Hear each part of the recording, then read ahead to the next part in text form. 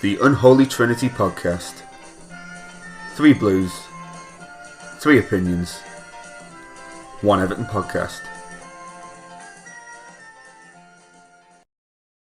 Welcome to episode 153 of the Unholy Trinity Podcast, brought to you in association with Sports Social, the UK's only dedicated sports podcast network, and also Fanatics. I'd like to say, joining myself and Lee this evening is author and an Evertonian friend of the show, Jim Keoghan. Jim, how are you after yesterday's humbling performance, should we say, at Goodison Park? I guess the usual kind of Evertonian mood, where you're just thinking, ugh, such a difficult club to support. I was going to say at times, but actually probably all the time, really. There's very rarely a break in that feeling of, ugh. I know that feel-good factor doesn't last particularly long, and hasn't done for quite a while, as it, and yesterday was just another example of that, really, where Everton didn't really turn up was probably the best way to look at it. But we'll dive into that. Anyone who doesn't know, like I said, Jim's an author, done many books over the years, Everton books and also generic football books. What's your latest one that's out, Jim? Have you got anything out for Christmas, or have you got a few of your old titles floating around still? There's always the Everton ones floating around. I'm currently working on something on women's football, but that won't be out for a while. I'm not going to there's a club in Sussex called Lewis FC who pay their men and women's team the same, the only club in the world to do that. Okay. So I'm doing something on that. And but yeah, the Everton one's still floating around as well. What we'll do is we'll put it in the description link on YouTube. We'll put a link into your page on Amazon with all your books on, so anyone wants to check them out, get a couple of gifts in before Christmas. That'll be great as well. So we'll put that on there for you. But let's have a chat, if we can, unfortunately, about Everton and yesterday's performance against Leicester, because obviously I was sitting there yesterday and it felt a bit strange that the last couple of games, the West Ham, the Crystal Palace game, and the Fulham game, I had a decent gut feeling about both. I thought we'd beat Palace, and I thought we'd get something from Fulham as well. And I went to Goodison yesterday, and I don't know what it was. It felt a little bit flat. The first half for quite a while, where I thought something just didn't seem right. It wasn't right in the air, and the way it played out, obviously, I was right to think that. But for me, Jim, if you look back at the game, obviously watching it live, obviously it was on the telly as well. It wasn't just the case, really, that Everton didn't create anything, which I think some people have you believe. Let's go back to the early part of the game when that massive chance for Alex Iwobi. If that chance goes in, which really he should have scored, the game then is a little bit different, isn't it? It is. I mean, it was a really good chance. He should have at least hit the target, really, from kind of that distance. But yeah, I think even if he'd scored, I mean, it might have changed that part of the game, but I think all the way through, Leicester just looked better than us. They looked sharper, they looked fitter, they looked more organised. And I don't think, like, player for player, they're that much of a better team than Everton.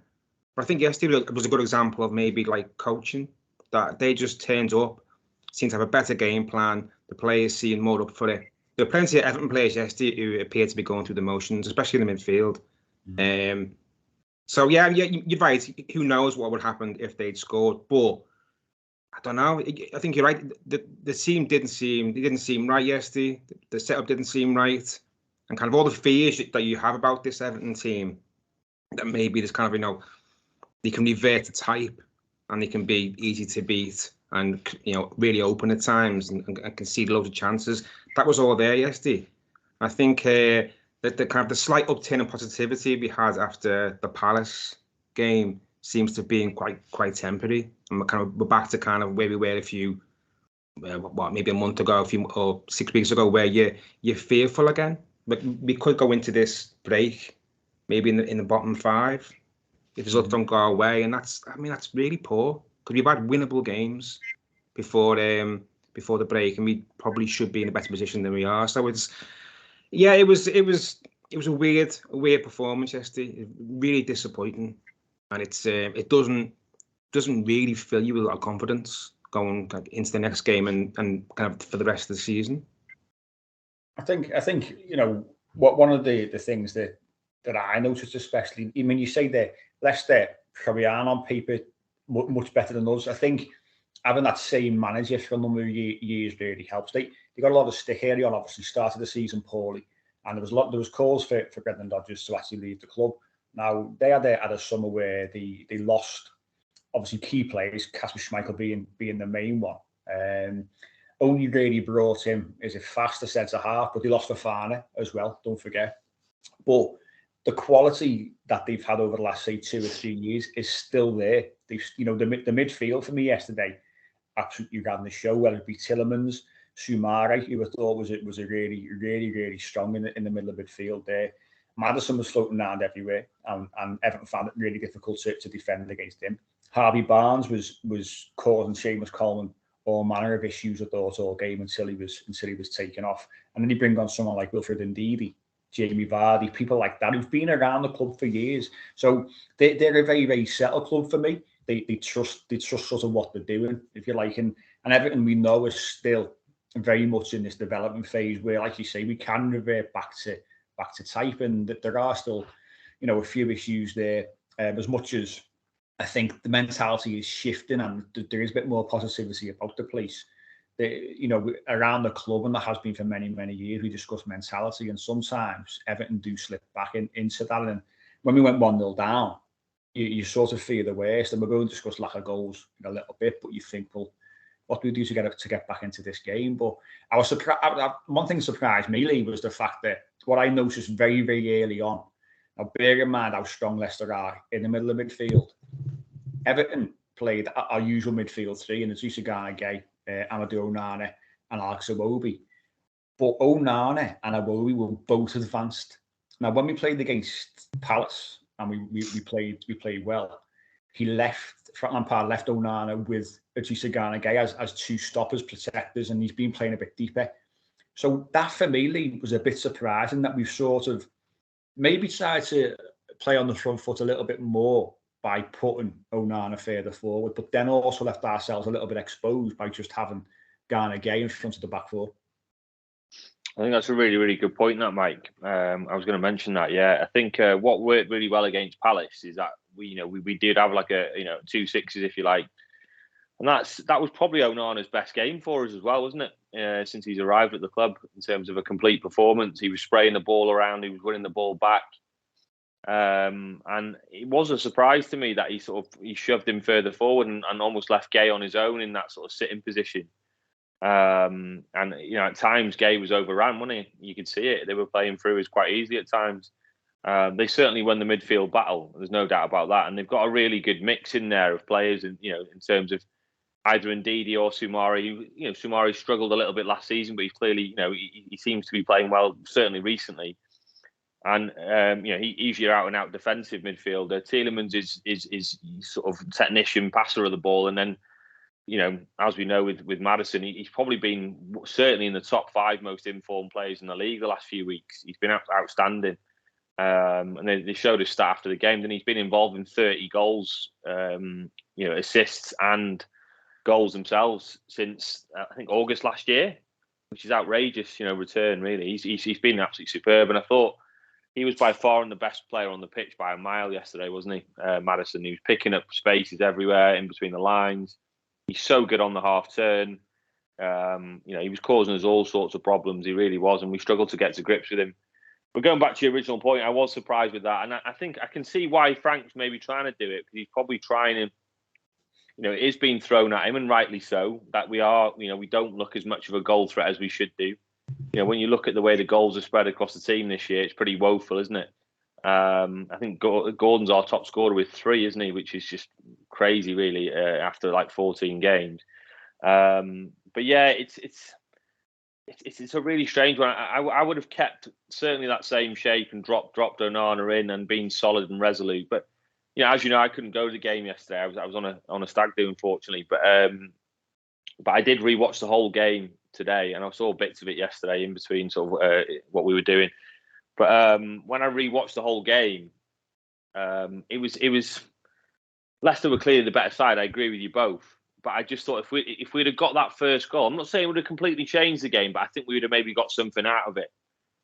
Certainly would have lifted the place. And that chance for Iwobi, is a huge chance that he's got to score, hasn't he? He's got to score that. I mean, it's great play by Gay. Ironically, he was actually pushing high up the pitch, very similar to the goal of the week, wasn't it? The way he won the ball back, and that's a great little ball from Calvert-Lewin. That in between the two defenders, and he's got to score. He's just got to score that goal. He really has. And then after that, I just think it seeps into the. I said to you, Mike, before, didn't I? It seeps into the into when you're a team that's struggling for goals.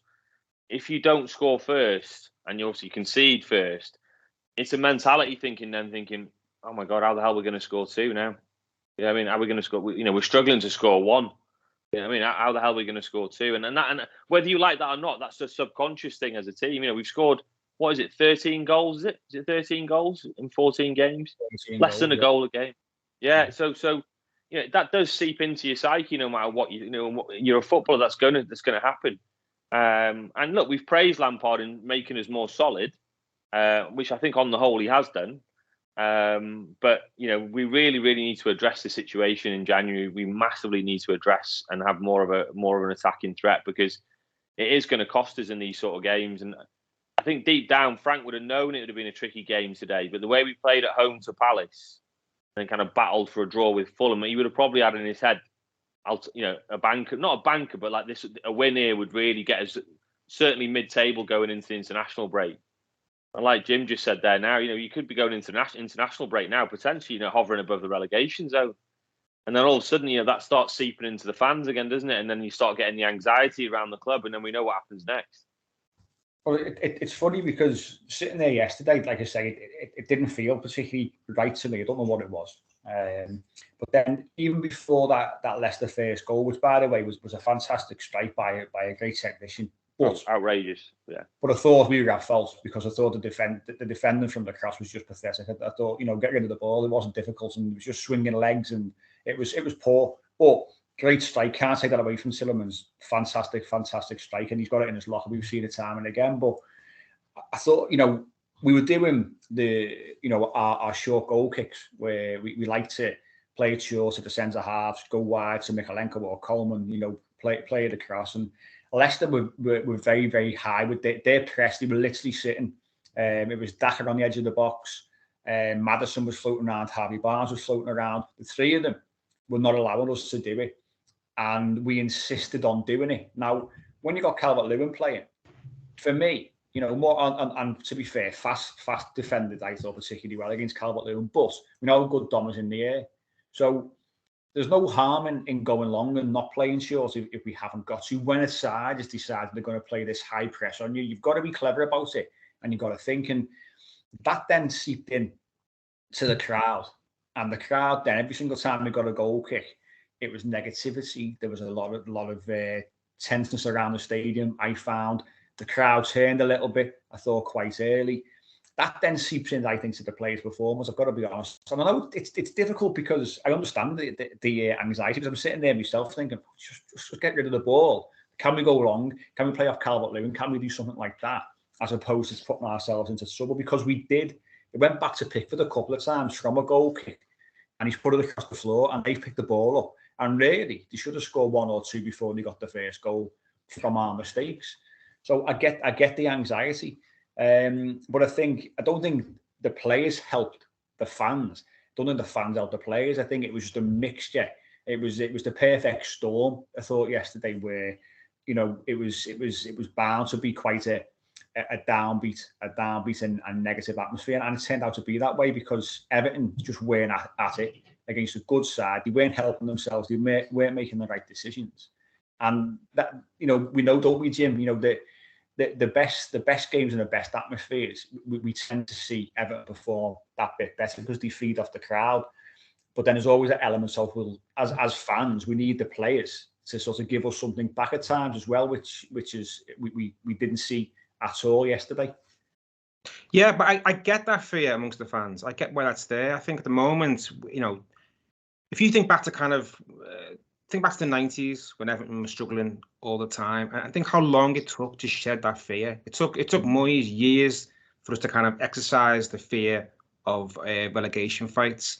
And I get why after last season it's going to hang over you. And as soon as you get that feeling again that things aren't going well, and this isn't the kind of Everton team that you want to see, and you're aware of kind of the bottom teams doing well, it's going to be there, isn't it? I think that's part of why Lampard's tried to recruit good characters in the team, because he wants people who are hopefully unfazed when the crowd does get jittery and does start kind of, creating a different mood. I guess the problem is there are still plenty of players in the Everton setup who maybe aren't like that. You can't have a team of 11 Codys or 11 Tarkowskis. You're going to have a mix. And I think it's inevitable that will happen again. We'll have more bad performances. I'm guessing this season we probably won't achieve kind of enough escape velocity to really put ourselves apart from the kind of relegation pack. So that's going to happen again. And I think, unfortunately, because we are in transition, we're still going to have performances like that. That jitteriness is going to feed into the players. It's so I think it's difficult. I just think it doesn't really help. I feel like Lampard's kind of torn between two ways of playing. I think he knows how he wants to play, which is playing from the back. It's, attractive football. It's inviting pressure and trying kind of play around them. But at the moment, this Everton team, I don't know if it's fully capable of that. It can do it. I did it against Palace. But as you were saying yesterday, there were times there where maybe it was just wrong. Leicester had worked out what we were doing. The confidence wasn't there. The crowd was jittery. Is that the time to fuck around at the back when things aren't going well? And as you said, through our own mistakes and our own kind of inability to do that way of playing properly, we just invited chance after chance. And Leicester could have been 3-4 up before half time. The fact that it was 1-0 was lucky. We got away with that in the end. So it's a difficult one. I imagine it's really hard for the manager how you want to play and kind of how this team can play. It's that's kind of what makes management so hard, doesn't it? And I think until he finds the players who can do it all the time, or until we lose that fear, I think it's going to be a continual problem. I don't expect a particularly good season this year. I think we're going to have more Leicesters, if we're honest. Well, I think that's a good point. Sorry, mate. I think that's a really good point. That really good point about the jitteriness of the fans. We all don't want to go through that anxiety again, do we? Of having a real sort of relegation battle on our hands. It was horrendous last season. We all lost sleep over it. Some more than others. But and that we can almost see that unfolding a little bit in front of our eyes. Maybe that is seeping from the stands onto the pitch, and then obviously into the players. And the only way we avoid that is just by constantly just being far enough away from it that the anxiety isn't there. But I do agree with you there, Jim. I think whether we like it or not, we are going to be in and around those bottom 7-8 places, and I really do think that. And I think we have to be honest with that.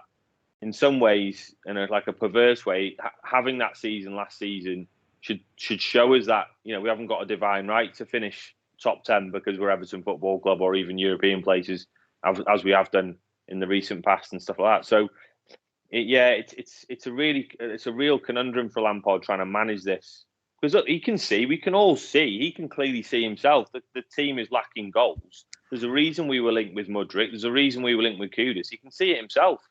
We may go in for those types of players in the winter, and I think we're certainly going to have to get at least one over the line. And I think he'll know that himself. There's no doubt about it. But yeah, it's such a tricky one, because the last thing we want to do is make Goodison like a place the players don't want to play at. We've been there before, haven't we?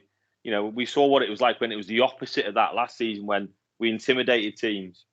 And that Palace game is a real sort of window into what the way Lampard wants to play. And I think he will have seen that and gone, oh, look, we did that to Palace. Leicester and Palace are not too dissimilar. Maybe we can sort of do the same again. And obviously the team just isn't consistent enough. And, certainly, playing out from the back, has it got the personnel to do that? I thought Gage struggled really much in that first half yesterday, didn't he? He was constantly being fed the ball from the centre halves, and he was played into trouble a lot of times as well. He was under pressure straight away. And yeah, it was a real tough one. And I kind of felt for Gay a little bit yesterday. I really did in some ways, because some fans are starting to turn on him a little bit as well. Not all of them, but you can just start. Oh, he's not the player he was. He hasn't got the legs. Yada yada. And I just think again, we've got to be so careful of that as well, because we can suddenly turn toxic very quickly, can't we?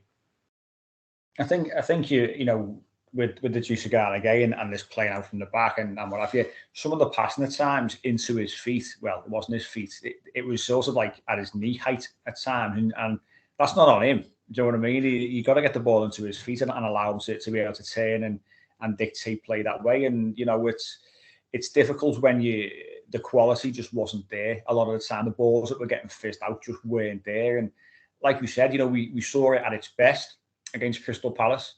We saw it at its worst against the high press and Leicester side yesterday. And, we've said that the consistency is not there. The personnel, we've said it time and again, you can't get everyone in one window, but the personnel isn't there to do it consistently all the time. And that only comes with the correct recruitments over a number of windows, which obviously Frank Lampard has still got quite a way to go there as well. But I just think we didn't seem to learn our lesson really after making numerous mistakes in that particular department. And when the goal came, it was no surprise. As late as it was in the first half, the only surprise was it came as late as it did because of the chances that they had. But you look at we mentioned the Iwobi chance. Tarkowski had a good header, which was a decent save from the goalkeeper. One of them, keepers should be making. But then we look at the chance in the second half for Dominic Calvert-Lewin, and that's a chance. 1-0 down. That's a chance where again, Jim, we all the work that Dominic Calvert-Lewin's done to get back. He's been so unlucky. He picks up another injury again yesterday, which we'll discuss in a minute. But in that position as a number 9 there, he's got to stick that in the back of the head to get us back into the game and again maybe change things again.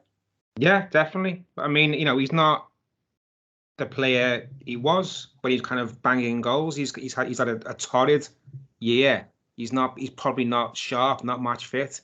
I think the last time we kind of scored freely as a team, when we had kind of Richarlison. I know we didn't score a lot of goals in the season, but he chipped in and Calvert-Lewin was banging them in. We effectively lost both those sources of goals because Calvert-Lewin's never fit, and when he is back, he's not the best. Richarlison's gone, and to replace them, you've got Maupay, who was never a free scorer. You've got Rondon, who's arguably one of our worst players we've ever seen.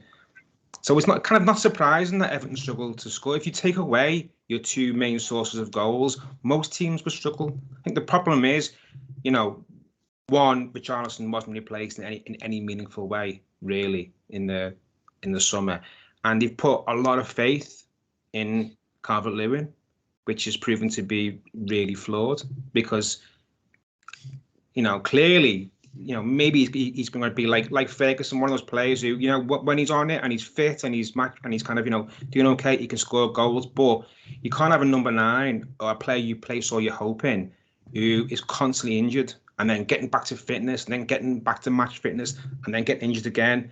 You can't build a team around that. I think that was short-termism by kind of the Everton setup in the summer. They knew that one of those, there was a possibility that not only do you lose Richarlison, you also lose Calvert-Lewin. And then what happens? Well, this is what happens. You don't score goals.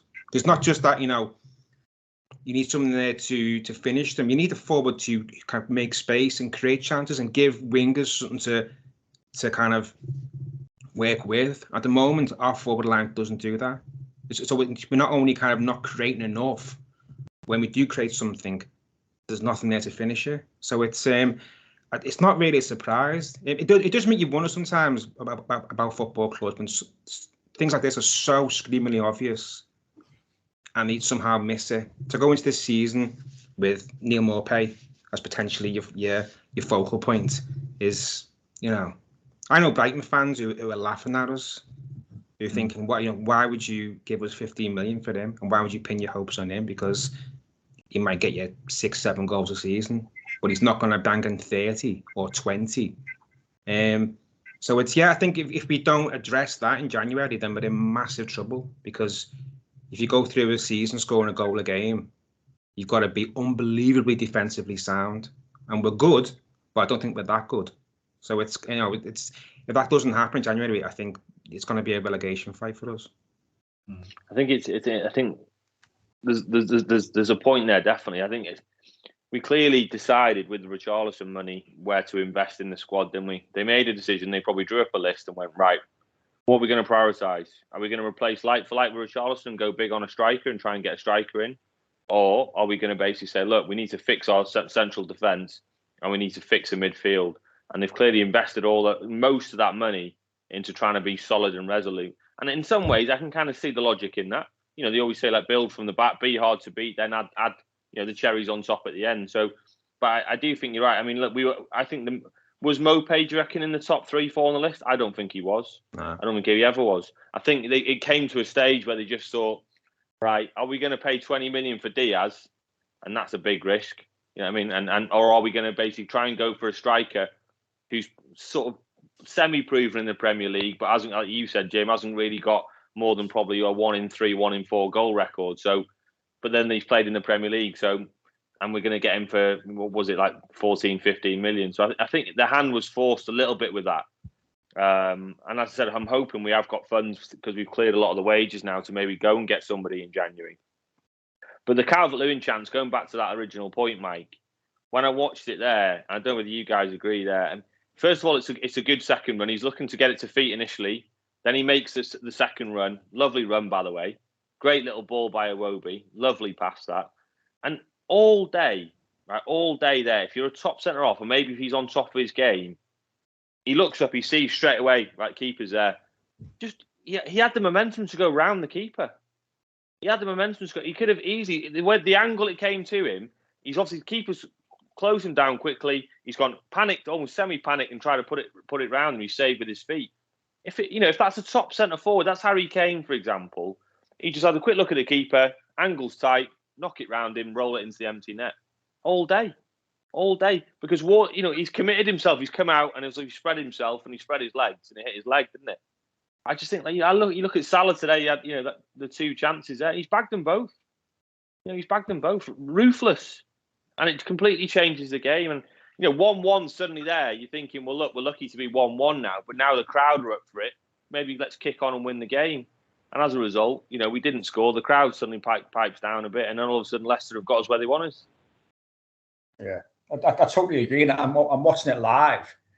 I even thought, well, Dinky. Dinky. He could have easily gone round him as well. Definitely. Yeah, possibly. I mean, it was quick. The pitch was slick. So I'll give him a little bit there, but I just lift the ball because the keeper's covered the ground. You're not going to put it through his legs. He's lying flat out pretty much. He's spread himself really well. But just lift it and you score a goal. And it's that's the difference, isn't it, between your striker who's in form, who's been fit, and what have you, who's firing all cylinders. So Dom of maybe 2 years ago probably scores that. Whereas Dom at the moment, we see parts of his game. I think his movements is good. I like his movements. I don't think at times we make the most of his movements from a midfield and our wide players' perspective because it's good. But in a sort of one-on-one position, you just don't fancy him at the moment to stick the ball in the back of the net. So he snatched at it, didn't he? He's seen the keeper. It's a great ball from Iwobi. The keeper's come out. Really, you should be aware where the keeper is. Where he's coming at me, and make your decision before the ball's even at your feet. You know exactly what you're doing, and then think, like you say, go round or what have you. But it didn't happen. And then, like you say, the second goal was always coming. The second goal was always coming. But again, Decore, he looks like lost when he comes on. He looks like a totally different player to what we were seeing, even in the early months under Benitez when we were seeing Decore scoring goals, assisting goals. And I know he's only a bit part player in the squad at this moment in time. I know he's been injured, but he came on and he just looks like he's lost. And he just waved his leg at a ball. Didn't try and do anything with it. They get the ball, they break, they score. Listen, they were threatened to do that all game, score on the break like that. And they do it. And yet again, though, I think both goals from our perspective are avoidable. We didn't deserve to win the game. We didn't deserve probably to get anything from the game. But if you don't make mistakes, we go back to the first goal, like I say, Connor Coe's got to clear the ball for me. And we've all been big fans of him since he's come in. but it was just a lazy swipe of his left foot, and it's come out to Tielemans. Onana wasn't particularly quick in closing him down, and then that one was I just thought it was awful. I thought it was absolutely awful, and there was no surprise. We had to take the risk, though, didn't we? A little bit. We were pushing forward, trying to get a goal, and then we got caught out. I mean, yeah. It was the way that he waved his foot at it, and it was just nonchalant. It was like, I don't particularly, I don't really care, and it was just there was no commitment, and that's the concern. And I think when and again, I've got to sort of cut him a bit of slack because of the time he's had out injured and the fact that he's playing 10 or 15 minutes here and there, but that was just that didn't look particularly good on him, to be honest with you. But the game obviously at that point was gone when we went to 2-0 down, and overall a really, really disappointing performance on the night when you expect us to at least sort of turn up in some way, shape or form and give them a game, and I don't think we did. I think every single player was probably a 5 out of 10, and that's probably being generous. And when you're carrying everybody, you're not going to win a game of football, and that, I mean, the Mindsy obviously will be hugely disappointed with that. But the lack of goals, I mean, Lee, you said before the show, we pick up on it now, the lack of goals, as we've discussed already. Everton has scored in one game out of the last 5. Now, that's a concern. It's a concern. Now, we look at the chances that we create. We said about the ones we created yesterday. 2 clear cut in a Iwobi and Dom, and then a decent header from Tarkowski, which forced a decent save. Besides that, nothing else. Nothing else really, and that's the issue. Someone to put the ball in the back of the net, one, but wide players, midfielders, not creating a great deal either. And like you said, Jim, you've got to have a defence that are top class, not conceding goals. If you're going to score 35, 40 goals in the Premier League season, you've got to be on form defensively week in, week out. And like you say, we've improved defensively, and hats off, to the club for sorting that side out. But we're not at the level where Everton are going to keep a clean sheet or concede just 1 goal a week at this moment in time, are we? No, I think you need to score that so poorly. You need like a title-winning defence to accommodate for that, and Everton are never going to have that realistically. So it's and I think in the course of any game, they're going to make mistakes. It's just not possible to put in a flawless performance. There'll always be moments where people switch off, and you're going to concede chances. That's just the nature of football. No defence gives you a perfect 90 minutes. Every team usually gets a chance, and then you run the risk of conceding. And that's it's great that they've addressed the defence, and it's definitely a lot better. And the midfield is generally better. I thought one nice thing about seeing Doucouré play is that you realise how much better the midfield is now, because his touch looks appalling, and he looks like it makes you realise how bad things were last season. We've clearly upgraded on Doucouré, but you can't go into a season, I think, with such a blunt attack. And as you said, it's not just about somebody putting the ball in the net. It's also about the creativity around the forward. It's just not there at the moment.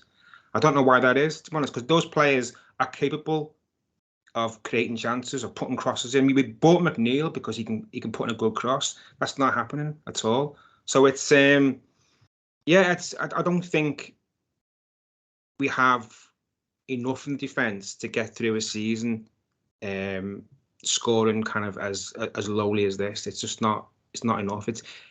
I think it's enough to maybe keep us up at the moment. The defence. I don't. If you compare this season to last season right now, and we were just about to enter into kind of the Benitez death spiral when the team was really open and unfit and just unbelievably shit. I think we've got a solid foundation that should mean that doesn't happen again.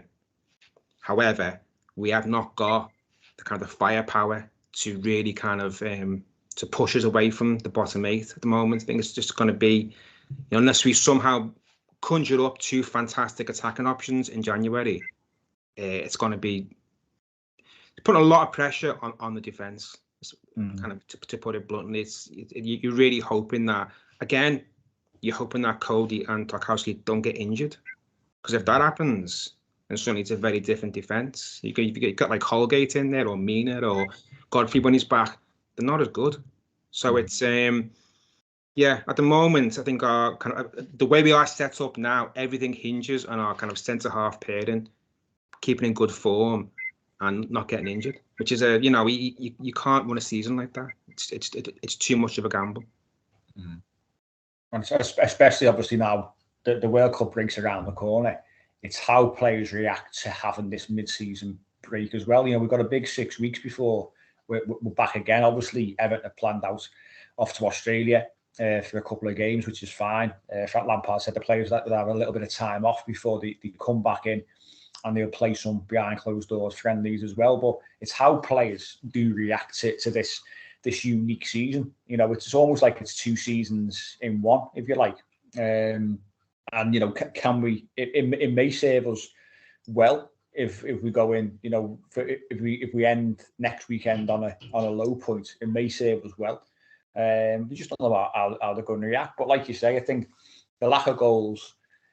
I think we were always going to be looking for a wide player in January to bring in some way, shape, or form. Now, whether we looked at, as you said, Kudus, we discussed that on the show last week. He plays a little bit more sensible, can play wide, a real live wire. But the pressure is on Damari Gray, Anthony Gordon, Dwight McNeil to create goals as well. And also, not only create goals, to score goals as well. The fact that Anthony Gordon's leading goal scorer with 3 at this stage of the season is really poor.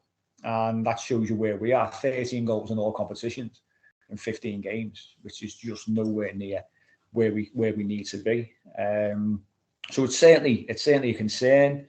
You would expect the club to try and address it in the window. But they've got, like you said, Jim, the players that are there are capable of not only scoring goals, but assisting goals, creating goals as well. And I think at the moment there's a lot of pressure on Alex Iwobi because of his start of the season. It's like give the ball. People were saying it to me yesterday. Give the ball to Iwobi. Just give it to Iwobi. Well, that's great, and we know he's a talented kid, and he's really kicked on this season. But we can't just put all the pressure on one player to do something with the ball, and we've got to be braver in an attacking sense, and players have got to take responsibility to actually do something with the ball and not be so one-dimensional in their approach where they get so far and then they turn around and they go back, and it's like, well, you've got to trust yourself. But certainly a concern going into the final week of this part of the season. But obviously, we are doing that. We picked up a few injuries yesterday as well before obviously going into this busy week. So we are going to discuss that and the Bournemouth double header after today's first break. Welcome back to the second part of today's Unholy Trinity podcast. And it's a busy week for Everton in terms of travelling down to the south coast. Whether they're staying over for a few nights remains to be seen. But obviously Bournemouth on Tuesday in the Carabao Cup. And then Bournemouth at the weekend as well to finish off this part of the Premier League season before the World Cup. So really strange set of circumstances there. Not great for the away fans, that's for sure, travelling that far twice in a week. But Everton do it, sell out, do it in numbers all the time. But like I said, yesterday, as negative as it was on the pitch in terms of the results, it was also wasn't great in terms of injuries that have been picked up for three key players. In obviously it's Gana Gay, Amadou Onana and Dominic Calvert-Lewin. And I suppose luckily, in a way, we've only got these 2 games to get through before this 6-week break, because you would hope then, probably Dom especially, the fact that he's picked up a little bit of a hamstring injury, it looks like, get that recovery time over the next sort of 4 or 5 weeks to get over that. But it's a concern, isn't it, Lee, when you lose, 3 key players and you're looking to try and pick up not only a win in the Cup if you can, but also a win in the Premier League before the season breaks. Yeah, I think we've got to hope that those are just niggles, aren't they? And nothing more serious than that. I know Frank alluded to the fact that Onana tweaked his ankle in training, he said, didn't he? And then at half time he said, give me another 10 minutes. And clearly, that was plaguing him. Anything with Dom right now, you just wrap him up in cotton wool. Because he said he felt something in his hamstring. We've said this about Dom on the other pod the other week. A lot of this now will be mental in his head. It'll be psychological. He'll feel any little strain now, whereas before he just shrugged it off and carried on. Now you just feel like, well, if I sprint again, I'm going to pull it. You know what I mean? So I think they would have taken, loads of precaution there with him. He definitely won't be starting in the cup. We know that there'll be changes. There's an outside chance we might need him in the league game because we need to try and get finish on a high before we go. Before we have like you said, almost a secondary season and have 6 weeks off. But I also want to caveat that a little bit as well. And Leicester, we played. Sometimes football's about playing teams at the right times as well. And Leicester were in a real horrendous run of form not long before this little run they've had. They conceded quite a few goals. I was looking before. They conceded 6 against Spurs away from home. They conceded 2 against Bournemouth, who actually were playing. They conceded 5 against Brighton. So they were on a real bad spell then. And the little run they've had recently, where obviously they gave City a cracking game, didn't they, as well? They were unlucky not to get anything out of that game.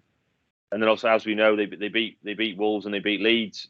So they were on a little purple patch of form. And so it's important to stress that sometimes you can play teams just as they're hitting a bit of a run. So we were a little bit unfortunate in that respect, and that's not to make too many excuses, but it's also saying it as it is. So these next 2 games now are absolutely vital. And Frank knows that himself. We want to try and go into these 2 games and get something. But look, Bournemouth are no mugs. Bournemouth, they've been half decent at times this season. They're scoring goals. They're scoring goals as well. Solanke's hitting a bit of form. Billings playing up there with him. And I'm not saying these are absolute world beaters. They're not, but they will give us a game. They'll give us a game in both these matches. And we have to go in there and I think be strong mentally more than anything else. We just said before we have signed now characters and that will make a difference. I'd like to think now the likes of Cody's and Tarkovsky's now are getting these lads together in the dresser with Coleman as well and saying, look, lads, these are 2 massive games now. These are 2 massive games. We need to try and sign off with something out of these 2 games. Now, if we do go out the League Cup, which, by the way, could be a distinct possibility, as I said, away from home, as we said, we're not really scoring goals. We're not flying in that respect. That could have a massive effect on the squad. So we need these strong characters to stand up and exert their personalities onto the team. I totally agree, and I do envisage though on Tuesday night. I do envisage quite a few changes from what we saw as our start 11, with obviously the weekend in mind as well, with the fact that we've got injuries to 3 key players. So I don't expect any of Garner, Onana or Dominic Calvert-Lewin to feature, certainly on Tuesday. But what are your thoughts on that, Jim? Are you more concerned with Tuesday, or are you more concerned with winning the game on Saturday against Bournemouth? What would you rather? I'd rather be winning the league. I know kind of Evertonians are yearning for a cup, and we should be capable of having a cup run. But I think realistically, is this squad going to win the League Cup this season? I think probably not. I'd much rather kind of keep our powder dry for the league game, because if you win that league game, then we go into the break mid-table with a little bit of distance between us and kind of the bottom pack, and that then kind of sets the tone for what happens in December and January. Whereas if we won in Tuesday, then lost the weekend, then we go into the break probably bottom 5, and then suddenly the first game back, you got that extra pressure on you. So it'd be great if we won both. And I think Bournemouth are, they are no mugs, but they're very open. Even for the team who can't score like Everton, I think we'll have chances, and we're capable of winning both games. Because somebody could offer me now a choice, one or the other, I'd say, sod the League Cup, because we're not going to win it, realistically. Yeah.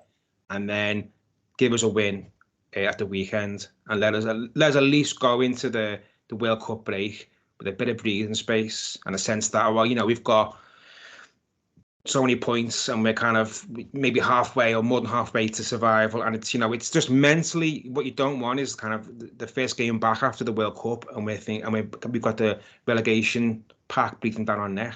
We need, going back to that kind of jittery thing we mentioned before, we need the sense that, we're getting away from that. So it's, I'd much rather us win the league. It's far more important for us at the moment. I had the same conversation with Pete actually on the way or before the game, and said, obviously Bournemouth next week. I said, what would you rather? And he said the same. He said, you've got to get 3 points in the league. I'd rather take the 3 points and go into the World Cup break on a bit of a high and in a better position in the league than being the next round of the cup. If you've got to choose one or the other. And it shows us where we are, because we're absolutely striving and we're dying to win a trophy. Of course we are, but we've got to just stabilise as a club, and stabilise means that we make sure that we tick over and we stay in the Premier League, and look to kick on over the next sort of 2, 3, 4 years from there. And I do envisage a lot of changes when it comes to Tuesday. Anyway, I think we will see the likes of Begovic come in. Michael Keane's going to get a start for me. If Ben Godfrey's got sort of an hour in his legs, maybe he might get a go. I'd expect Patterson to play the full game. The only one we're probably going to see be Michalenko, because there's no one else who can play left back. But players who've been on the fringes, James Garner will get a start on Tuesday. Tom Davis is floating around, I'm sure, wants some game time. There's a lot of players there who will start that game. So the sides that play on Tuesday and Saturday will be totally different. But it's a really strange situation, obviously playing the same side twice in a week. But we've really got to, for me, I'm in the same camp. We really got to put all our eggs in the Premier League baskets and hope that come the weekend, maybe Onana, slight sprain on the ankle, like is what was reported. They've all got scans on Monday, so we'll see more of them. But I fully expect them to probably be fit for the game at the weekend. But Lee, what are your thoughts? The same question to you, really. Are you more concerned with picking up 3 points at the weekend, or would you rather us get through to the next round of the Carabao Cup? Well, I think it's pretty obvious, isn't it? I think as much as it's always been the League Cup has always been sort of maybe the easiest cup to win in some respects over sort of 10 years. But then if you look at the teams that have won it in the last 5, I think City have won it about 4 times, haven't they? You know what I mean? Yeah. So that even their reserves pretty much get to the final, the semi. So I mean, it leaves small pickings for everybody else. So it's not the cup it once was. Mourinho famously said, just get the League Cup in. You know what I mean? Get a trophy in the cabinet type thing. That's the one we can go at, because a lot of teams play weak side. So that's no longer the case these days. And we've had a couple of little runs in it over the years recently, and then obviously just fell towards the end. So league all day. We have to get to. And I was looking at Bournemouth's form actually, and they've been involved in 2 absolute crazy games, haven't they? The last 2 games they played. I mean, they were 3-1 up against Leeds and lost 4-3. They were 2-0 up at home to Tottenham and lost 3-2. So yeah, like Jim was saying, they are wide open. We'd like to think we'd maybe create a few more chances than we have done of late. So maybe that is definitely a positive. They've lost 4 on the spin as well. I was unaware of that before checking it. So they have lost 4 on the spin. They lost a tight game to Bournemouth 1-0 at home, and they lost to West Ham as well. So yeah, so in that respect, they're not coming into the game with a great deal of form. So then maybe this is a good time to play them. And maybe the League Cup, they'll be making changes as well, no doubt. So you'd like to think with some of our players that you've just mentioned there, I think Patterson definitely will play. James Garner will play. I want to see a bit more of him. The little snippets we've seen of him, I do quite like him. So it'll be interesting to see. Get him on set pieces as well, because we need to be more of a threat from set pieces. It's doing my head in at the minute that with as good a players we've got in the air who attack the ball as well. We should be scoring more from set pieces as well. We've talked about our strikers and the lack of guile and things like that as well, and those guys scoring. But we should be getting way more goals or carrying way more threats from set pieces. It does my head in some of the deliveries we're putting in there. So yeah, from that respect as well, it'd be interesting to what he does at centre back against Bournemouth. Really, whether he actually still carries on with the Cody and Tarkowski, or whether maybe he does go with maybe, like you just said there, maybe a Godfrey or a Holgate or a Mina if he's half fit or fit enough to play maybe 60 minutes. It'll be interesting to see what he does. I think Keane will definitely come in. Holgate's probably the second over Godfrey, to be fair, currently. But I think if you play Kiefer Moore, who's a big lad, It's great for Michael Keane because Michael Keane is our biggest centre half, him and Yerry Mina. So I think Keane will definitely come in. I think you've got to take Tarkowski and Cody out of it because you need those 200% for the weekend. So you've got to take them out in a game which, let's be honest, in the grand scheme of things this season doesn't particularly matter. We've got to be honest there. But I think we're going to see a lot of changes. There will be one or two who started the game on Saturday who will start, but I think we're going to see a lot of changes there, and the squad will be used, which is right to do so. I'd even be looking at Tom Cannon and saying to Tom Cannon, get yourself, put him in the squad, give him 20 minutes off the bench. Now, this is not me, by the way, saying let's put a load of pressure on the young kid who's doing well in the 21s, and he's going to be our saviour and our goal scorer. But it's always good to look at the younger players. Stanley Mills has done particularly well. You got Whittaker, who signed a new deal as well, who's done well. Got a lot of kids who are playing really, really, really well. But they are playing PSG on Wednesday. Actually, I'm going to that at Bolton Hall Park, the 21s.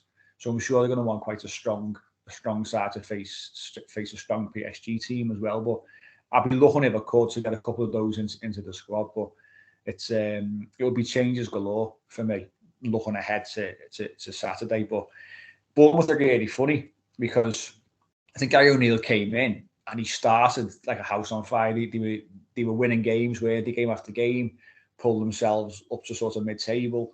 And then, like you say, the last 4 games, Southampton, West Ham, Tottenham, and then Leeds, they've lost those games, and they've shipped quite a few goals as well across the board. So it suggests that, okay, they're going to be a bit of a threat in the final third, but they're going to be open to conceding a couple of goals as well. And like you say, Lee, we at set pieces, we defend them pretty well.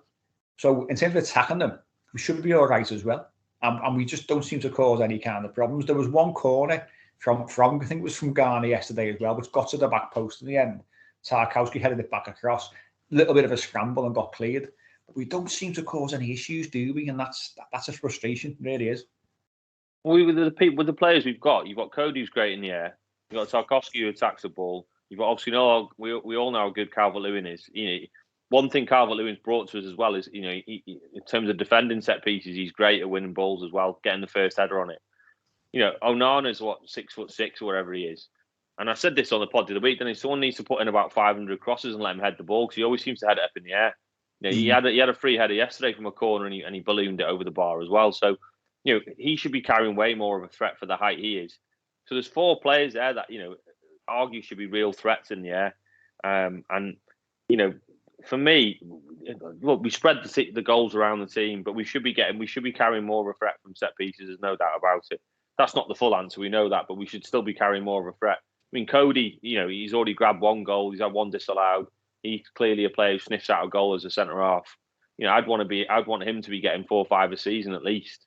Someone like Cody there, whether direct from set pieces or getting second balls or wherever when it's put back in. So yeah, it'll be a really interesting game. Maybe the outcome of Tuesday will have an impact on obviously the morale going into the weekend.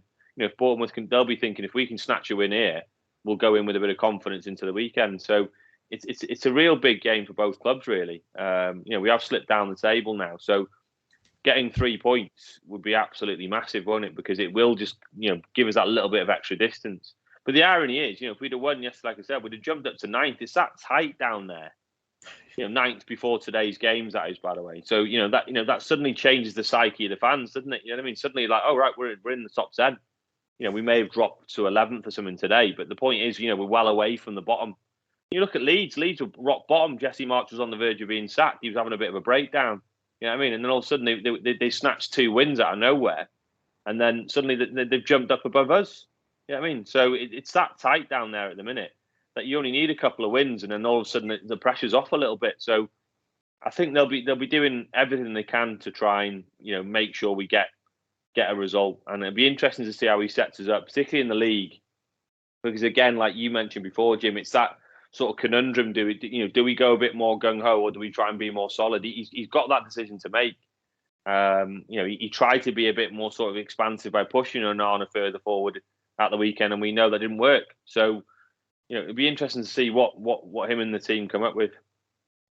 Yeah, I think you're right. I think that the match on Tuesday could have a bearing on the weekend's outcome, certainly from a confidence perspective. But I also wouldn't put too much weight on the game on Tuesday in terms of the game of the weekend. But there's only a point separating the sides. Bournemouth are currently sitting 17th, Everton 16th.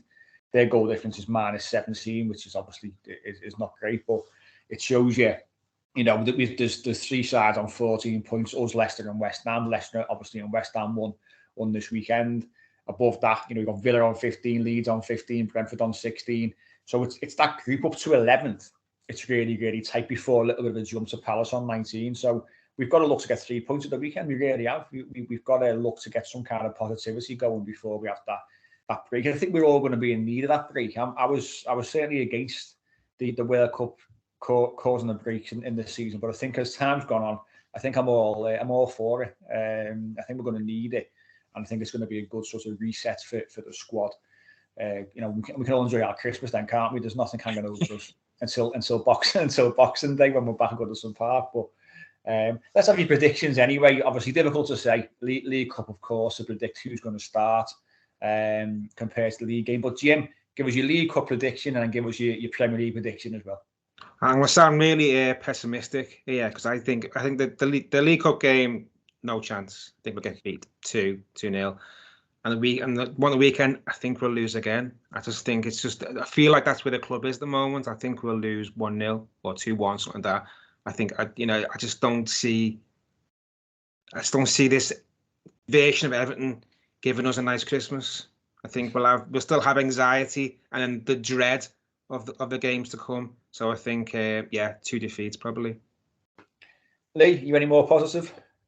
You can't be coming on this podcast with that, Jim. You can't be doing that. Well, we're already a pessimistic fan base as it is. You can't be adding to it. It's like I said. Depends what teams we put out. I think both teams will definitely rest players. But I don't know. I just fancy us nicking it in the cup. I think maybe in a penalty shootout. We're due a penalty shootout, aren't we? We're due one. So maybe in a penalty shootout, maybe it'll be a really tight game, like a 0-0 or a 1-1. And then in the league, I just think we've just got to throw everything at it. We've really got to throw everything at it. It could end up being, as much as we've talked about, we're a team that lacks goals. Bournemouth are clearly, as you just said there, with their massive goal difference. Was it -17? You said -17. Yeah. This stage of the season, so they clearly leak goals. So if we don't score against them, then I am worried. You know what I mean? So I don't know. I'm going to say I'm going to be optimistic. I'm going to say 2-1 Everton. 2-1 Everton. I think we'll lose in the cup on penalties. To be honest with you, I think it'll be a half decent game. I think there'd be probably 2-2 I'll go for, and then lose on penalties. And then I think a draw at the weekend. I think we'll get something from the game. Two sides in desperate need. Well, not desperate need, but in need of points. And I think again at the weekend I can see another score draw. We'll go back to that game years ago, 3-3, when we thought we won it in stoppage time, and they scored again. And they said to Pete yesterday, that was when the fella come on the pitch, the Everton fan, when Barkley scored in his slip on Lonsdale's and he went flying, if you remember correctly. Have a little look for that photo.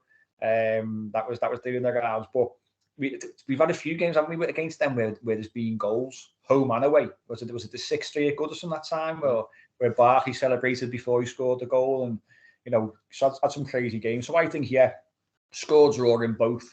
But I'm going to say again 2-2 at the weekend, and we'll pick up points up. But we certainly need a win. A win is obviously ideal. Something from the game is obviously we is a must, really, to be honest with you. But we're all hoping for that 3 points on Saturday. But that's us for today's show, Jim. Really appreciate you coming on a Sunday evening. No worries, happy to.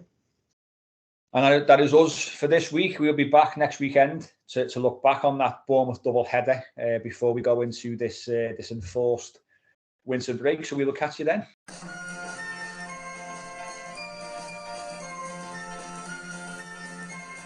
The Unholy Trinity Podcast.